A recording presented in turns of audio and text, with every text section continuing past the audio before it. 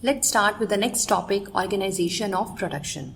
Now first of all let's understand what is production. ये production क्या होती है? किसी भी चीज़ों को प्रोड्यूस करना, मैन्युफैक्चरिंग है ना, मैन्युफैक्चर करना. तो अब हम कोई चीज़ों को प्रोड्यूस करते हैं तो क्यों करते हैं? Because we want goods and services. ठीक है, हमें कुछ गुड्स भी चाहिए, हमें क्लोथ्स चाहिए, हमें शूज़ चाहिए, हमें खाने के लिए चाहिए. ठीक है, हमें सर्विसेज भी चाहिए, हमें मीन्स ऑफ ट्रांसपोर्टेशन चाहिए, मीन्स ऑफ कम्युनिकेशन चाहिए. So the aim of production is to produce the goods and services that we want. And now there are 4 requirements for production of goods and services. 4 requirements है. अब goods and services produce करनी है तो उसके लिए कुछ चीज़ों की ज़रूरत भी होगी, और we can say the 4 factors of production. So one by one we are going to understand these factors.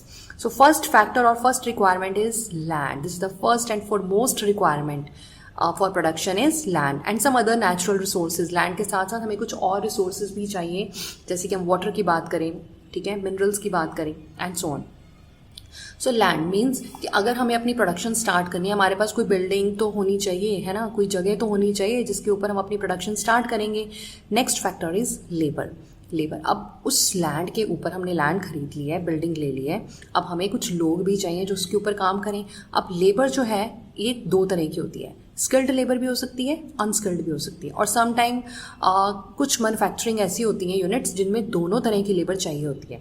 ठीक है, so here labour means the people who will do the work. Some production activities require the highly educated workers, ठीक है, to perform the task. Highly educated means skilled workers. And other activities होती है जिसमें manually work करना होता है, तो unskilled labour भी वहाँ पे हम लगा सकते हैं. ठीक है, so third requirement is are physical capital. अब फिजिकल कैपिटल क्या है? Physical capital means the variety of inputs required at every stage during production. Production करते हुए जो डिफरेंट तरह के रॉ मटेरियल्स हम यूज़ करते हैं ना, that is called physical capital. अब फिजिकल कैपिटल को अच्छे से समझने के लिए देयर आर 2 काइंड्स ऑफ, इसको फिजिकल कैपिटल को 2 टाइप्स में, 2 काइंड्स में डिवाइड किया गया है, fixed capital and working capital. अब फिक्स्ड कैपिटल क्या है? जितने भी आप टूल्स, मशीन्स, बिल्डिंग्स यूज़ करते हैं ना, बिल्डिंग्स अरेंज करते हैं, कोई बहुत सिंपल टूल्स हैं, बहुत कंप्यूटर्स चाहिए, जनरेटर्स चाहिए आपको अपने बिजनेस करने के लिए, तो that come under the fixed capital. ठीक है, सो हम सिंपल वर्ड्स में कह सकते हैं this is required to start up a business and this are not consumed during the production. ठीक है, and they are having a resaleable value also.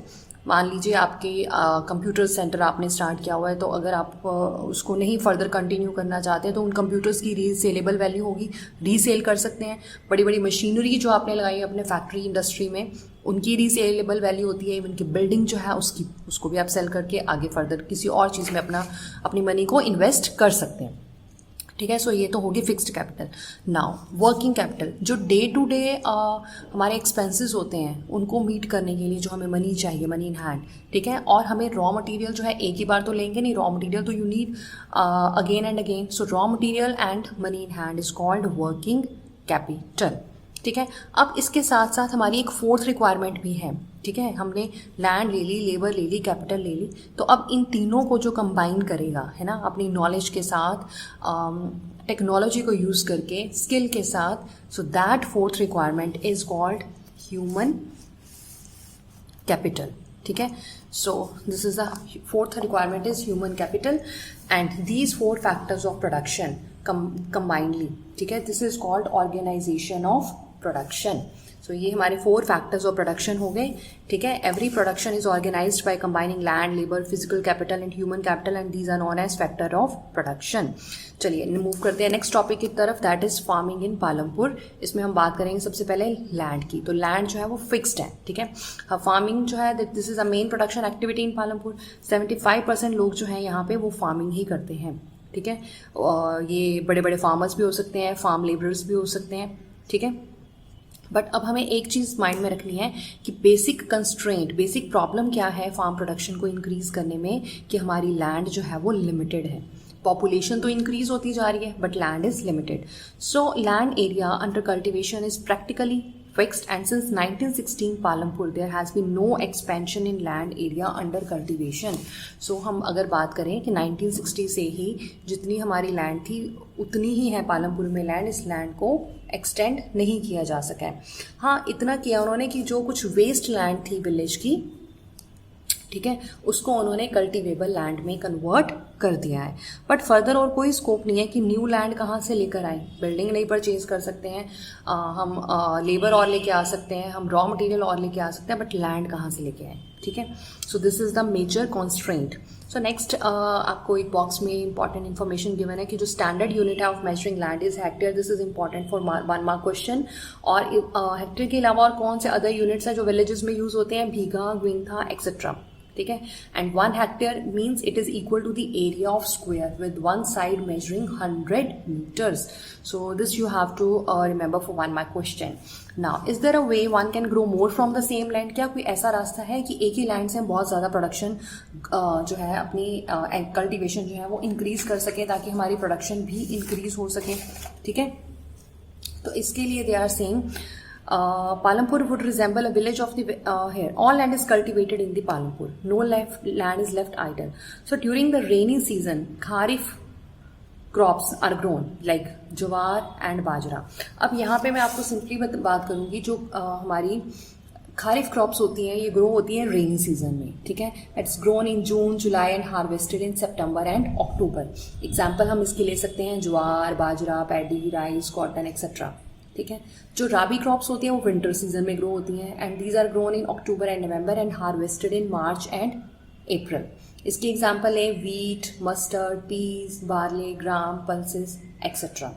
जायद क्रॉप्स जो होती हैं these are the called summer crops, these are grown in March to June, ठीक है। इसके example ले सकते हैं watermelon, cucumber, leafy vegetables, these all are the examples of zaid crops, ठीक है।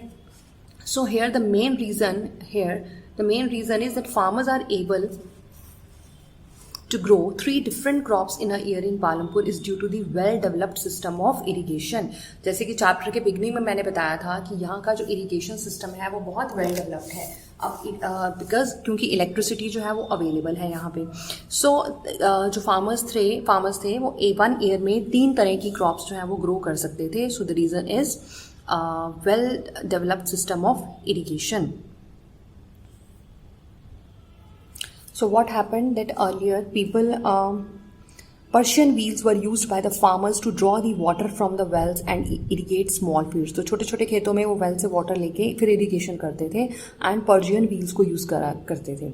But now the people saw that the electric run tube wells could irrigate much larger areas of land more effectively, and the first few tubewells they were installed by the government. कुछ tube wells जो starting beginning में थे वो तो government ने install कर दिए थे और धीरे धीरे फार्मर्स जो थे they were able to set up the private tubewells also, ठीक है, by the mid 1970s and the entire cultivated area of 200 hectares was irrigated.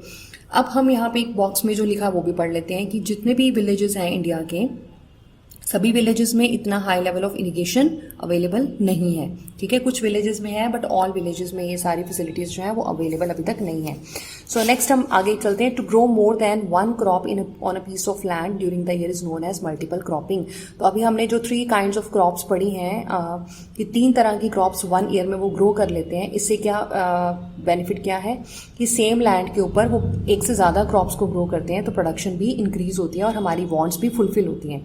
सो अगर हम सेम लैंड के ऊपर 1 क्रॉप से ज़्यादा ग्रो करते हैं क्रॉप्स को, so this is called multiple cropping. Multiple मतलब बहुत सारी, मेनी क्रॉप्स, ठीक है। And this is the most common way of increasing the production on a given piece of land. जितने भी फार्मर्स थे पालमपुर में वो सभी कम से कम 2 क्रॉप्स तो ज़रूर ग्रो करते थे अपने लैंड के ऊपर। सो मैक्सिमम जो थे उसमें से पोटैटो क्रॉप को ग्रो करते थे as the 3rd crop in the past 15 to 20 years. Last 15 से 20 साल में वो 3rd क्रॉप को, पोटैटो को वो ग्रो करते थे, ठीक है। Now, one way of increasing the production from the same land is multiple cropping. पर multiple cropping के अलावा कुछ other methods भी हैं. So other methods we can say modern farming method. Modern farming method को हम discuss करते हैं अपनी next video में.